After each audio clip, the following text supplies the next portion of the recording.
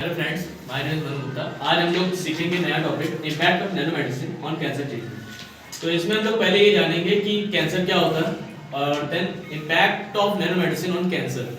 मतलब ये कह सकते हैं कि क्या प्रभाव पड़ेगा नैनो मेडिसिन का कैंसर पे आने वाले वक्त पर। कैंसर नैनो मेडिसिन जो है फ्यूचर है कैंसर का। चलिए हम समझते हैं क्या कैंसर है, what is cancer.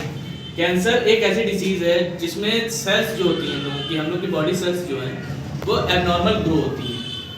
Abnormal grow होता है, जैसे हम लोग कह सकते हैं कि कैंसर में सेल्स की ग्रोथ बहुत एबनॉर्मली ग्रो होती है।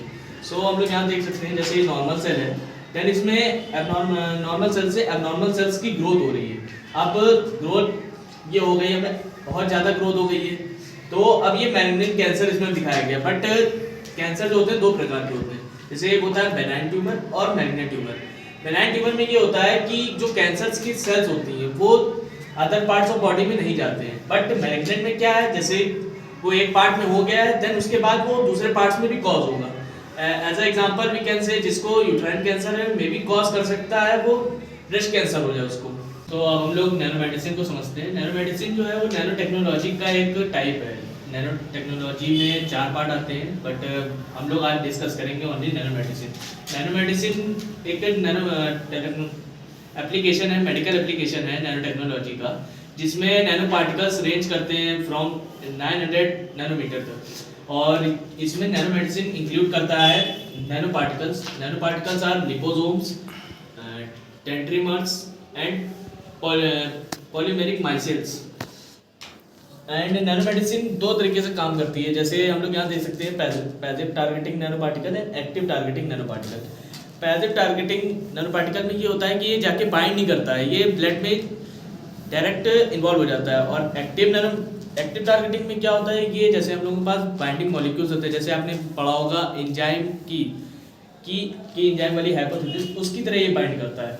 हमारे पास जो नैनो पार्टिकल का एक स्ट्रक्चर है, उसमें ये है कि एंटी कैंसर ड्रग्स इसमें रहते हैं, नैनो पार्टिकल इसको कहते हैं जो बाहर सराउंडिंग है, और ये लाइगेंड है, एक्टिव पार्टिकल लाइगेंड। और जैसे हम लोग की बाइंडिंग साइट्स हैं, पॉलीएक्राइलिक एसिड की बाइंडिंग साइट जो है वो हमारी ह्यूमन सेरम एल्बुमिन में है।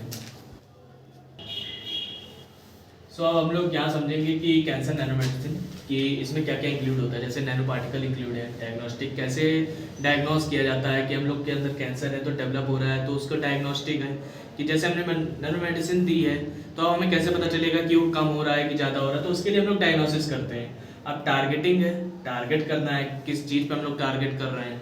तो थेरापेटिक्स है, थेरापेटिक्स का मतलब ये है कि हम लोग कौन सी थेरेपी कर रहे हैं। बट अब हम लोग समझते हैं कि नैनो पार्टिकल्स में क्या क्या इंक्लूड होता है। नैनो पार्टिकल्स में इंक्लूड होता है डेंड्रीमर्स, लिपोसोम्स, पॉलीमेरिक माइसेल्स, ठीक है। और अब हम लोग डायग्नोस्टिक की बात करते हैं, तो इसमें सिटी स्कैन से हम लोग देख सकते हैं। सिटी स्कैन तो आप लोगों को पता ही है, MRI, magnetic resonance imaging, photo acoustic और फ्लोरेसेंस टेस्टिंग और पीईटी। पीईटी का फुल फॉर्म होता है पोजिशन इमेजन टोमोग्राफी। और डायग्नोस्टिक में हम लोग जो ये PET, CT scan, MRI, photo acoustic, fluorescence, इन सब में नैनो पार्टिकल्स का यूज़ हो रहा है, तभी तुम लोग डायग्नोस कर पा रहे हैं। और टारगेटिंग में हम लोग बात करें तो इसमें जैसे हम लोगों की बात हो रही थी, तो नैनो पार्टिकल्स एंटीजेंस की तरह काम करते हैं, तो जाके ये एंटीबॉडी में बाइंड होते हैं। जैसे आपको मैंने बताया था यहाँ पे एक्टिव टारगेटिंग नैनो पार्टिकल्स, वैसे ही यहाँ पे ये एक्टिव टारगेटिंग जो नैनो पार्टिकल्स हैं ये एंटीबॉडी में जाके बाइंड करते हैं। जो हमारा as like we know uterine cancer, तो इसमें जो यूट्राइन मसल्स में जो एंटीबॉडीज़ हैं प्रेजेंट रहती हैं, तो वो एंटीजन की तरह बाइंड करेंगी, देन यहाँ पे इफेक्ट्स होगा। अब हम लोग बात करते हैं थेरापेटिक्स। थेरापेटिक्स हमारे पास रेडियोथेरेपी है, इम्यूनोथेरेपी है, एब्स्ट्रेशन थेरेपी और जीन थेरेपी है। जीन थेरेपी में कि जो जीन्स हमारे डिफॉल्टेड हैं, मतलब जैसे जीन आजकल जीन थेरेपी में ये होता है कि जैसे जीन जो हमारा प्रॉब्लम कर रहा है तो उस जीन को हटा देते हैं ताकि ये डिसीज दोबारा डेवलप ना हो। एब्लेशन थेरेपी में क्या होता है, जो नेटवर्क्स हैं, जो सेल्स के नेटवर्क हैं, उनको हटा दिया जाता है।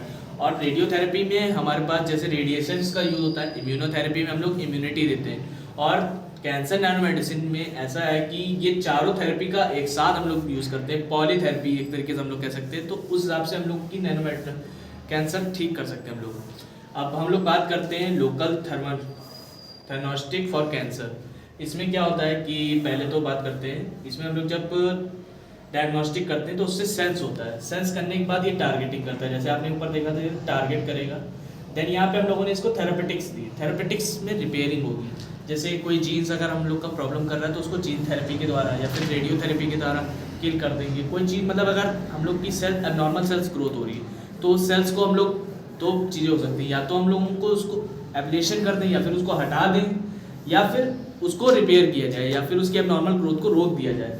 अब उसी ट्रीटमेंट से हम लोगों को पता चलेगा कि वो क्या हुआ है, सेंस करने पे ये चीज़ पता चलेगी कि अब ठीक हुआ है कि नहीं हुआ। अब हम लोग बात करते हैं mechanism of nanomedicine. Mechanism of cancer nanomedicine, इसमें क्या है, अब हम लोगों को पहला स्टेप होता है release of cancer cell antigen, मतलब जो कैंसर सेल्स की डेथ हुई है या फिर ये कह सकते हैं कि जो कैंसर सेल्स इंक्रीज हुई है, एबनॉर्मल सेल्स जो इंक्रीज हुई हैं। अब cancer cells, cancer antigen presentation, APC क्या है, एंटीजन प्रेजेंटिंग सेल्स। ये हमारे इसमें क्या होता है कि ये जाता है लिम्फ नोड में, जाता है लिम्फ नोड में, ये जाके एपीसी एंटीजन प्रेजेंटिंग सेल्स और टी लिम्फोसाइट जो होती है प्राइमरिंग और एक्टिवेशन करती है। लिम्फ नोड में ये हमारा प्राइमरिंग एक्टिवेशन होता है, जिसकी वजह से ये अब जाता है हमारे ब्लड वेसल्स में ये टी सेल्स जो होती हैं हमारी टी लिम्फोसाइट सेल्स जो होती हैं, सीटीएस होता है साइटोटॉक्सिक टी लिम्फोसाइट सेल्स, ये हमारे ब्लड वेसल्स में जाती हैं। इसके बाद जो फिफ्थ स्टेप है infiltration of T cells into tumours. ये जो ट्यूमर्स है हमारे, ट्यूमर्स आप तो जानते हैं कि कि जो कैंसर्स के एबनॉर्मल सेल्स ग्रोथ होती है, एबनॉर्मल सेल्स को हम लोग कहते हैं ट्यूमर में जाके ये हम लोग को इनफिल्ट्रेशन, मतलब एक तरीके से हम लोग कह सकते हैं ये फिल्टर आउट नहीं होने देते हैं या फिर पास आउट नहीं हो सकते हैं। जैसे यहाँ पे हम लोग शो कर सकते हैं कि जैसे ये हमारा सीटीएल्स है साइटोटॉक्सिक टी लिम्फोसाइट्स, ये हमारा पास आउट नहीं हो पा रहा है, और इसके बाद जब पास आउट होता है तो ये कैंसर रिकॉग्नाइज करता है कैंसर सेल्स को, जो एबनॉर्मल सेल्स होती हैं उसको रिकॉग्नाइज करता है। सीटीएल्स हो गई और टी सेल्स हो गई एपीसी, ये हमारी रिकॉग्नाइज करती है। रिकॉग्नाइज करने के बाद ये अपना एंटीबॉडी से बाइंड करती है, जो यहाँ पे हमने आपको बताया था कि बाइंडिंग हो रही है, ये बाइंडिंग का यहाँ पे जो इफेक्ट करेगा, ये किल करेगा हमारे कैंसर सेल्स को। अब कैंसर सेल से हम लोग की इम्यून सेल्स भी हो सकती हैं और कैंसर सेल्स जो है नॉर्मल सेल्स ग्रोथ हो रही है। ये स्टेप फॉलो होगा जब तक हम लोग कैंसर नैनोमेडिसिन देते रहेंगे। कैंसर नैनोमेडिसिन के एडवांटेज की, इसमें हमारे पास एडवांटेज रहते हैं जैसे better drug efficacy, reduce toxicity, cost effective रहता है। बेटर ड्रग एफिकेसी में आता है हमारे पास इंक्रीज बायोअवेलेबिलिटी बढ़ जाती है, मतलब ब्लड में ये बहुत जल्दी डिजॉल्व होता है और इफेक्टिव करता है। देन हम बात कर सकते हैं, तो हम लोग बात कर रहे थे इंक्रीज बायोअवेलेबिलिटी पे। इंक्रीज बायोअवेलेबिलिटी का मतलब होता है जैसे कोई ड्रग है, अब उसकी जो सॉल्युबिलिटी है वो लेस होती है, बट जब नैनो पार्टिकल्स की बात होती है तो उसमें सॉल्युबिलिटी ज़्यादा होगी, क्योंकि ये हमारी एक आईवी डोज होती है एक तरीके से कह सकते हैं। इससे हमारी टारगेटिंग बहुत अच्छी हो जाती है, जो हमारा एंटीबॉडी और एंटीजन की बाइंडिंग होती है बहुत अच्छी हो जाती है, और इससे मल्टी ड्रग कॉम्बिनेशन बना सकते हैं हम लोग, जो नैनो पार्टिकल्स और बहुत से ड्रग्स को मिला के एक तो बनता है, तो इससे हमारे अच्छी एफिकेसी आती है और ये सिनर्जिस्टिक इफेक्ट देता है। मतलब जो आप सिनर्जिस्टिक इफेक्ट कह सकते हैं 1 + 1 = 2.5 इफेक्ट होता है, इससे हमारा इंक्रीज हो जाता है इफेक्ट। जैसे 2 ड्रग मिला के हम लोग देते हैं तो वो 2 देगा, बट सिनर्जिस्टिक में 2.5 हो जाएगा। टॉक्सिसिटी इससे डिक्रीज हाई रहती है, बट अगर आप लोअर डोज ही दे रहे हैं, अगर हाई डोज होगा तो इससे बहुत ज़्यादा टॉक्सिसिटी बढ़ सकती है, बट हम लोग नैनो पार्टिकल्स में तो रिड्यूस ही रखेंगे और ये कॉस्ट इफेक्टिव है क्योंकि हमारा बेटर डिसीज़ मैनेजमेंट हो सकता है। डिसएडवांटेज कह सकते हैं कि अभी मतलब जो नैनो पार्टिकल्स हैं ये महंगे हैं कर रहे थे। डिसएडवांटेज में हमारे पास जैसे अगर हमारी अमाउंट डोज के मतलब ड्रग्स की अमाउंट अगर बढ़ गई तो उससे टॉक्सिसिटी बहुत बढ़ जाती है, और ये अभी कॉस्ट इफेक्टिव भी नहीं है। मतलब कॉस्ट इफेक्टिव से मेरा मतलब है जो इसकी कॉस्ट है, जो हम लोग जैसे हम लोग इसको ट्रीटमेंट कराने जाएंगे तो इसकी भी कॉस्ट वेरी हाई है। बस इतना ही है। बाकी इसका कंक्लूज़न जो है कैंसर नैनो मेडिसिन का वो ये है कि कैंसर के पेशेंट्स के लिए नैनो मेडिसिन एक फ्यूचर है। नैनो मेडिसिन से काफ़ी जानें बचाई जा सकती हैं। सो इतना ही था आज का वीडियो। अब प्लीज़ लाइक, कमेंट, शेयर, और किसी को भी कोई डाउट हो तो वो कमेंट करके पूछ सकता है।